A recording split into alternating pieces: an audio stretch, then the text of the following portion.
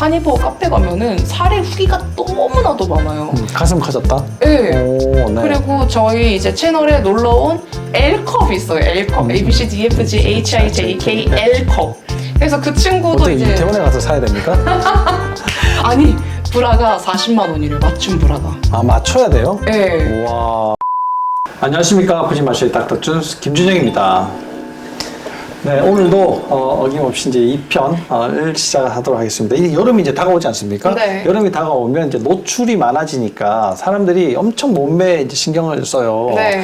이게 먹는 것부터 먼저 해야지 되는데 많은 사람들이 뭐 체육관을 먼저 등록을 합니다. 뭐 수영장을 맞아요. 등록하거나 뭐 운동 헬스클럽 뭐 이런 이제 등록을 하시는데 고생들 하는데 몸은 잘 변화하지 않고 맞아요. 네, 식단을 안 고치기 때문에 그런데요. 맞아요.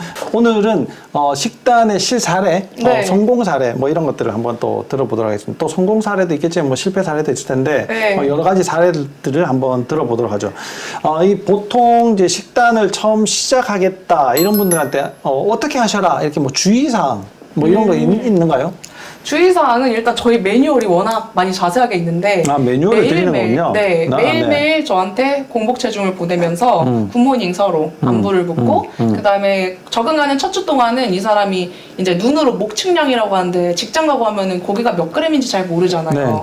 그래서 저울 같은 거 재보라고 하는데 잘 모를 때는 익숙해질 때까지 사진을 좀 보내주면 이건 몇 그램 정도 된다 이런 식으로 알려주고 네. 그래서 이제 4주 동안 먹어야 되는 식단을 애초에 짜주고 그걸 이제 검사를 해주는 거죠. 4주 식단을. 오늘 내가 짜준 대로 먹었는지. 네. 그러면 식단이 아침, 점심, 저녁 뭐 이렇게? 그거는 아니에요. 그건 아니에요. 그러면 하루에 먹는 총량만 정해줘요. 그럼 언제 먹어도 상관없는데 하루에 네. 이만큼은 일단 먹어라. 맞아요. 네. 그래서 최대치를 정해주고 이 최대치를 좀 어지간하면 넘기지 말고 그래도 먹고 싶으면 먹든가 이렇게 하고 보통 저는 이제 체중의 10%를 먹으라고 하는데 예를 들어 네. 선생님 한 70kg 되시나요? 네. 그러면은 고기를 하루에 700g 먹으라고 하는 거죠. 생각보다 많이 먹죠. 700g이면 우리가 보통 1인분이 요즘 150g이지 않습니까? 네. 그러면은 뭐 벌써 한 5, 6인분이 되는 건데 네. 5인분은 될 것 같은데 5인분을 먹을 수 있습니까? 근데 처음에는 다들 막 의기양양하게 내가 하루에 고기밖에 못 먹는데 이 정도 못 먹겠냐고서 먹을 수 있다고 해요. 제가 이제 카니부어는 고기랑 소금만 먹으라고 하다 보니까 네. 이 정도만 해도 난 충분히 배가 찼다. 네. 이러고 이 최대치를 정해줬는데 그거보다 못 먹는 분들이 사실 못 더 먹을 것 많아요. 같아요. 예, 아무리 이렇게 하루 종일 나눠서 먹어도 좀 쉽지 않을 것 같은데. 그러면 이 소금은 어느 정도 먹어야 되나요? 소금은 이제 최소예요. 고기는 아까 최대치였잖아요. 근데 소금은 최소인 게 만약에 내가 70kg이다 하면은 7g 이상은 드셔야 돼요. 소금은 7g 이상을 먹어야 된다. 네, 7g이라고 해도 예를 들어 쉽게 10g이라고 해봤자 소금 10g에 나트륨량이 4,000mg밖에 안 되거든요. 네. 근데 이 4,000mg이 고기에 칼륨이 워낙 많다 보니까 오히려 이제 세포 탈수가 너무 많이 일어나는 경우가 있어요. 그래서 뭐 이게 권장량이라는 게 여러분이 생각하는 게 소금은 무조건 안 짜게 먹어야 된다, 싱겁게 먹어야 된다라고 알고 계시는데 그렇죠. 그게 아니라 이제 칼륨이랑 나트륨 농도가 맞으려면은 얼추 딱 먹어야 되는 양이 있어요. 그러다 보니까 체중의 한 1000분의 1. 네.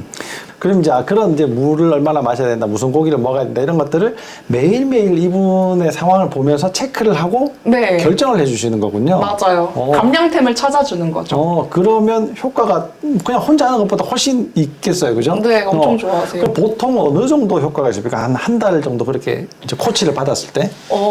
여성분들은 진짜 한 체중의 한 달에 10% 정도가 빠지는 것 같아요. 네네. 근데 예를 들어 뭐 다낭성 난소 증후군이라든가 인슐린 저항증, 장누수 증후군 이렇게 이미 건강이 완전 박살나서 오신 분들 같은 경우는 한 달에 체중의 5% 정도밖에 안 빠지시는 분도 있지만 여자는 평균적으로 한 10% 정도 4주 잘 따라오시면 그래서 고기만 먹고 이렇게 살이 빠지면 엄청 행복할 것 같아요. 네, 너무 기뻐하더라고요. 자기는 그러게요. 이거 평생도 할 수 있겠다고 하면서 지금 상당히 만족 중입니다. 네네네. 근데 이게 지금은 뭐 체중의 10% 정도 이제 먹어야지 된다 이렇게 얘기해가지고 하루 종일 먹지만 양이 점점 줄거든요. 네. 줄면서 체중은 더 빨리 빠지게 되어 있어요. 오, 맞아요. 네, 그러니까 이게 이제 처음 시작만 잘 된다 그러면 그 다음부터 유지를 하는 거는 본인한테 맞다 했을 맞아요. 경우에 굉장히 이제 효과적으로 체중 조절하는데 도움이 좀 될 것 같고 체중이 조절되면서 또 해결되는 문제들이 굉장히 많지 않습니까? 사실 건강상의 너무, 문제가 네.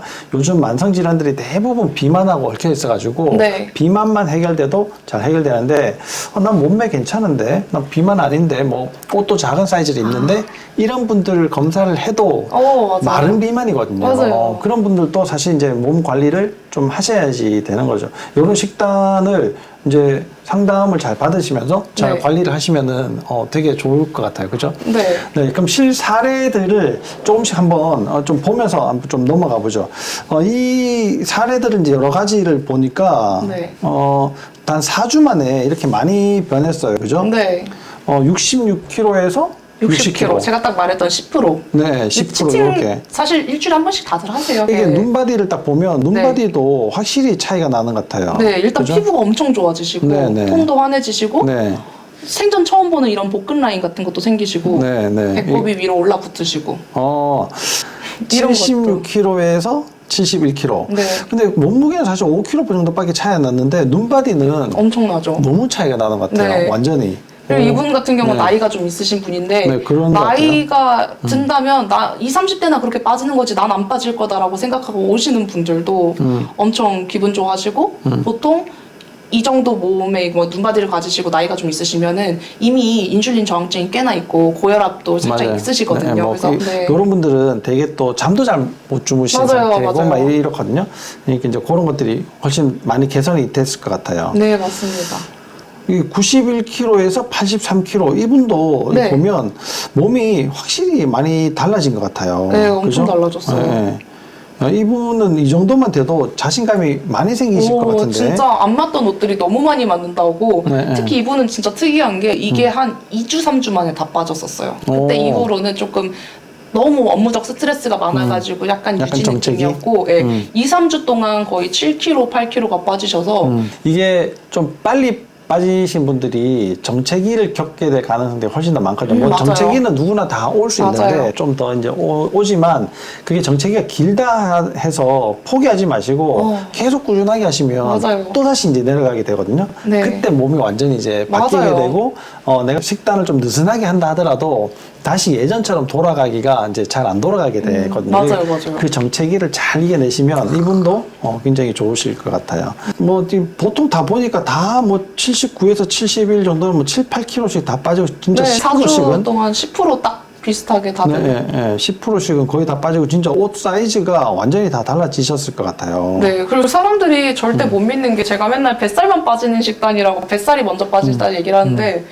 아니 배만 빠지는 게 어딨어. 배는 나이 들면 나오는 거지라고 하는데 나이 들면서 탄수화물이 쌓이고 이게 그렇게 되는 거라 배만 빠진다고 아무리 얘기를 해도 못 믿다가 지금 눈바디 보면은 보통 다 배만 엄청 빠졌잖아요. 그렇죠. 배가 많이 빠졌어요. 네, 그리고 특히- 배, 허리 이게 뭐 배둘레햄이라고 하죠. 네. 이런 게 이제 많이 빠졌어요. 배가 집중적으로 빠지고 특히 여자들 같은 경우는 지방을 안 먹으면 안 먹을수록 호르몬을 만들어내는 이 소중한 콜레스테롤이 없다 보니까 가슴이 점점 작아지거든요. 여자들 나이 들면. 그래서 가슴이 뭐 한 달 동안 3컵 커지신 분들도 있고 네, 가슴 커지시고 배는 줄어들고 이런 분들이 많아요. 서구적인 체형을. 이 여성한테는 거의 최상의 식단 아닙니까? 네, 너무 좋아하죠. 진짜 너무 좋아하세요. 그러면 우리 동양 여성들이 대부분 가슴이 좀 작은 편인데 우리가 볼 때 제가 뭐 유방갑상선 전문이지만 사실 이렇게 이제 식단하고 관련이 있는지는 정확하게는 잘 모르겠지만 이게 가슴이 적은 게 그냥 체형이 작아서 그렇다.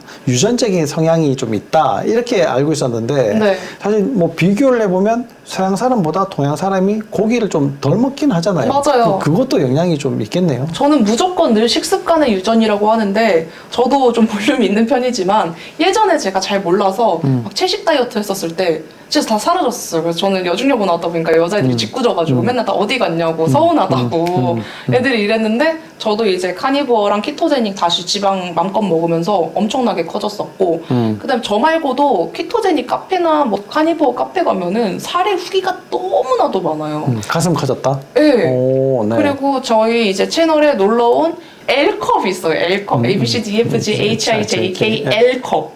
그래서 그 친구도 어떻게 이제 이태원에 가서 사야 됩니까?